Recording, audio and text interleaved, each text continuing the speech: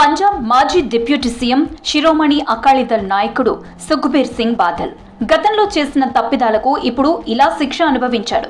December 2వ తేదీ సోమవారం రోజు సుఖ్బీర్ కు పంజాబ్లోని సిక్కు అత్యున్నత పీఠమైన అకాల్ తఖ్త్ మతపరమైన శిక్ష విధించింది. సిక్కుల్లో ఉండే వాళ్లలో ఎవరైనా సిక్కు నియమాలను ఉల్లంఘించినా, సిద్ధాంతాలకు వ్యతిరేకమైన పనులు చేసినా ఆ వ్యక్తికి మతపరమైన శిక్ష విధించే అధికారం అకాల్ తఖ్త్ కు ఉంటుంది. ఇలాంటి శిక్షలను తన్ఖా అని పిలుస్తారు. సుఖ్బీర్ తో పాటు 2007 నుంచి 2017 సంవత్సరం మధ్య శిరోమణి అకాలీదళ్ కేబినెట్ లో సభ్యులుగా ఉన్న పలువురు బీజేపీ అకాలీదళ్ నేతలకు అకాల్ తఖ్త్ మతపరమైన శిక్ష విధించింది.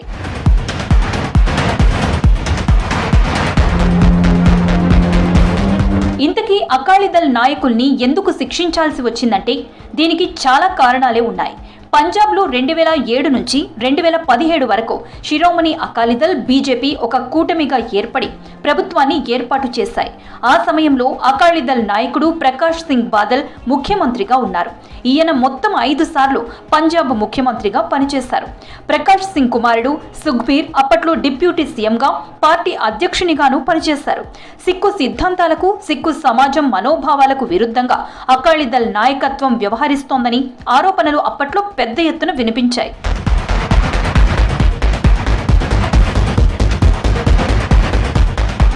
రెండు 2015లో పంజాబ్లోని బర్గారీలో సిక్కుల పవిత్ర గ్రంథమైన గురు గ్రంథ్ సాహిబ్ లోని కొన్ని పేజీలను గుర్తు తెలియని వ్యక్తులు చింపేశారు.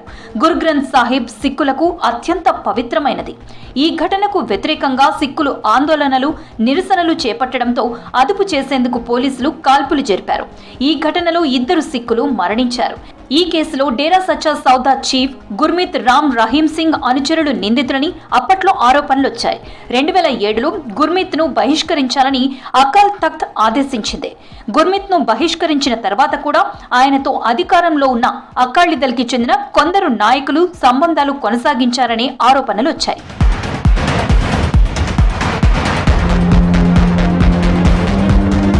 పంత్ కోసం ప్రాణత్యాగాలు చేసిన వ్యక్తులను విస్మరించి సిక్కులను అనేక విధాలుగా హింసించి చంపిన రిటైర్డ్ పోలీస్ అధికారుల కుటుంబ సభ్యులకు పదవులు పంచిపెట్టడం అకాలీదళ్ నేతలు చేసిన ప్రధాన నేరమని ఆరోపణలున్నాయి. వీరిలో చాలా మంది బీజేపీ వారు కాగా అకాలీదళ్ తరపున ఎంపికైన వారు కూడా ఉన్నారు. అలాగే మతాన్ని అపవిత్రం చేసిన గుర్మిత్ రామ్ రహీంపై ఉన్న కేసుల్ని ఆయన కోరకుండానే రద్దు చేయటం, దాన్ని సమర్థించుకోవడానికి తమకు అనుకూలంగా ప్రకటన ఇవ్వాల్సిందిగా జతేదారులను పిలిపించి ఒత్తిడి చేయటం వంటివి ఇతర ఆరోపణలు కూడా ఉన్నాయి.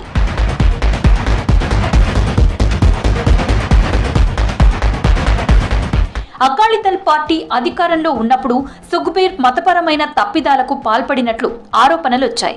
అకాలీదళ్ ప్రభుత్వం రాజకీయంగా తప్పుడు నిర్ణయాలు తీసుకున్నట్లు అకాల్ తఖ్త్ నిర్ధారించింది. ఈ విషయంలో సుఖ్బీర్ ని దోషిగా తేల్చారు. తాను చేసిన తప్పులను అంగీకరించిన సుఖ్బీర్ బేషరతుగా క్షమాపణలు కూడా చెప్పారు. ఈ నేపథ్యంలోనే తాజాగా సుఖ్బీర్ తో పాటు ఆయన గత కేబినెట్ లో పనిచేసిన పలువురు నేతలకు కూడా 5 సిక్కు మత పూజారుల అత్యున్నత పీఠం అకాల్ తఖ్త్ శిక్ష వేసింది.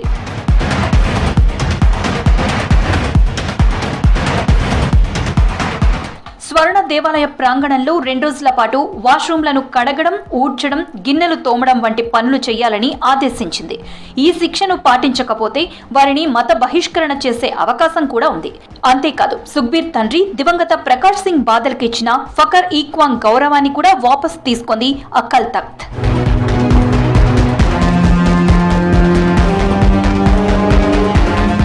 సుఖ్బీర్ కాలికి గాయం కావడం వల్ల సుఖ్దేవ్ సింగ్ దిండ్సా ఆరోగ్య పరిస్థితి దృష్ట్యా వీరిద్దరిని దర్బార్ సాహిబ్ గేటు వద్ద వీల్ చైర్ పై కూర్చుని కాపలాదారులుగా పనిచేయాలని అకాల్ తఖ్త్ జతేదార్ రఘ్బీర్ సింగ్ ఆదేశించారు.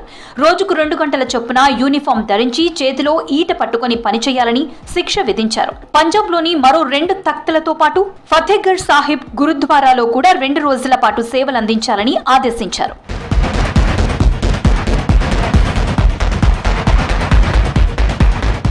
శిక్ష పడ్డ నాయకులు తమ మెడల్లో ప్లకార్డులు వేసుకుని స్వర్ణ దేవాలయ కాంప్లెక్స్ లోని టాయిలెట్లను శుభ్రం చేశారు. తర్వాత స్నానం చేసి వంట పాత్రలు కడిగారు. గుర్బానీ విన్నారు. గుర్బానీ అంటే సిక్కు కీర్తనలు అని అర్థం.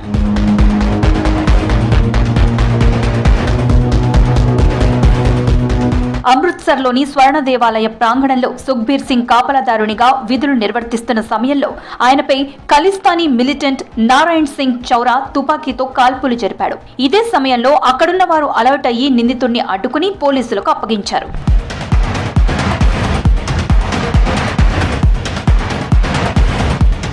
అక్కడున్న వారు సకాలంలో అడ్డుకోకపోయి ఉంటే పంజాబ్లో మరో నెత్తుటి అధ్యాయం మొదలయ్యేది. నిందితుడు నారాయణ్ సింగ్ కు ఖలిస్తానీ లిబరేషన్ ఫోర్స్ అకాల్ ఫెడరేషన్ తో సంబంధాలున్నాయి. ఈ ఘటనపై వెంటనే విచారణ జరిపి నివేదిక ఇవ్వాలని పోలీసులను ఆదేశించారు సీఎం భగవంత్ సింగ్ మాన్.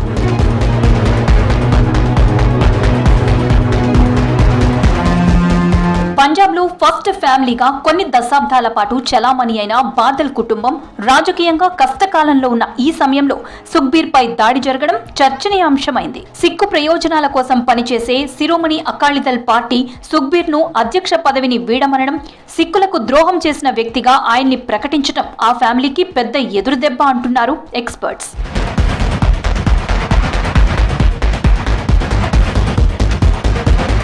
గత కొంతకాలంగా పంజాబ్లో ఏ ఎన్నికలు జరిగినా అకాలీదళ్ వరుస ఓటములు చెవిచూస్తోంది.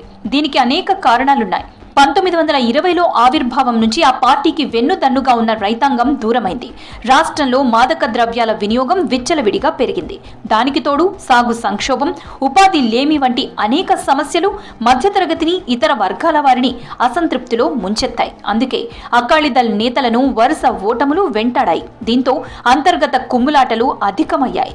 2022 అసెంబ్లీ ఎన్నికల్లో ఆమ్ ఆద్మీ పార్టీ అకాలీదళ్ పార్టీని నిలువున ముంచింది. వరుస ఓటముల పార్టీ నుంచి తప్పుకుంటున్నట్లుగా ఈ మధ్య సుఖ్బీర్ సింగ్ ప్రకటించారు.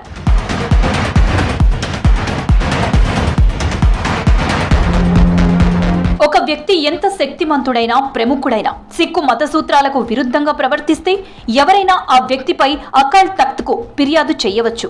అమృత్సర్లోని అకాల్ తఖ్త్ సెక్రటేరియట్లో అకాల్ తఖ్త్ జథేదార్ నేతృత్వంలో 5 తఖ్త్లకు చెందిన ప్రతినిధులు సమావేశమై సదరు వ్యక్తిపై విచారణ జరిపి శిక్షను నిర్ధారిస్తారు. పంజాబ్లోని పెద్ద రాజకీయ నాయకులకు కూడా గతంలో ఈ తరహా శిక్షలు అమలయ్యాయి. మాజీ రాష్ట్రపతి జ్ఞాని జైల్ సింగ్, కాంగ్రెస్ సీనియర్ నేత బూటా సింగ్, మాజీ సీఎంలు సుర్జిత్ సింగ్ బర్నాలా, కెప్టెన్ అమరేందర్ సింగ్ వంటి వారిని కూడా తంఖయిలుగా ప్రకటించారు. ఇలా ప్రకటించిన వారు కొన్నాళ్ల పాటు సామాజిక సేవ చేయాల్సి ఉంటుంది. ఒకప్పుడు ఒక వెలుగు వెలిగిన సుఖ్బీర్ కు ఈ శిక్ష తప్పలేదు. మొత్తానికి అధికారంలో ఉండగా చేసిన పనులకు అకాలీదళ్ భారీ మూల్యమే చెల్లించుకోవాల్సి వచ్చింది.